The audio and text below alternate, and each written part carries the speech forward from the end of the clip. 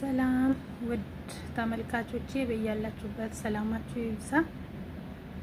እንዴት ናችሁልኝ? ይሄ ከዚህ በፊት ዩቲዩብ ነበረ እና 20 ሺህ ተመልካች በላይ አለ።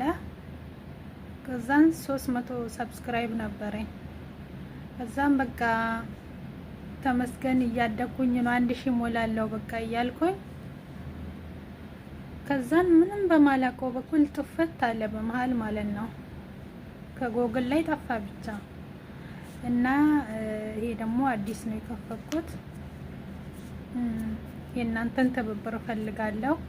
ሰብስክራይብ አድርጉኝ ውድ ኢትዮጵያውያን እላችኋለሁ። በያላችሁበት ሰላማችሁ ይብዛ። ረመዳን በሰላም እንደያዝነው በሰላም የምንፈታ ያድርገን። ሀገራችንንም ሰላም ያደርግል እያልኩኝ እንግዲህ ሰብስክራይብ ማድረግ እንዳረሱ። እኔ የምኖረው ያው አረብ ሀገር ነው እና ያው የአረቦችን ምግብ በብዛት እሰራለሁኝ።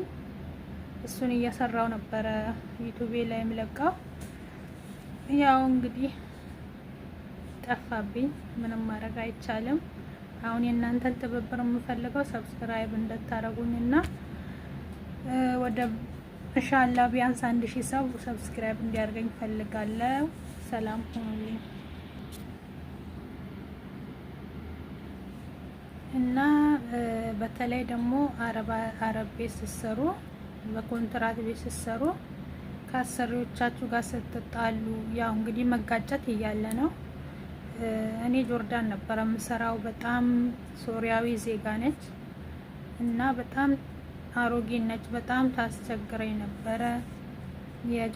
ጆርዳን የሰራ ሰው ያውቀዋል ስለ ጆርዳን ስራ እና በጣም በቃ ታስቸግር ነበር። ያው ኮንትራት ሊያልቅ ሲል አገር ገባለሁኝ ስል እንድገባ አትፈልግም ነበር እና በጣም ታስቸግረኝ ነበር እና በአጋጣሚ መታችኝ ማለት ነው። ስትመታኝ ወደኩኝ። ከዛን በቃ መምታት ምናምን አበዛች። በብዛት መታኝ፣ ማታውቀው መምታት ምናምን አበዛች። ከዛን እኔ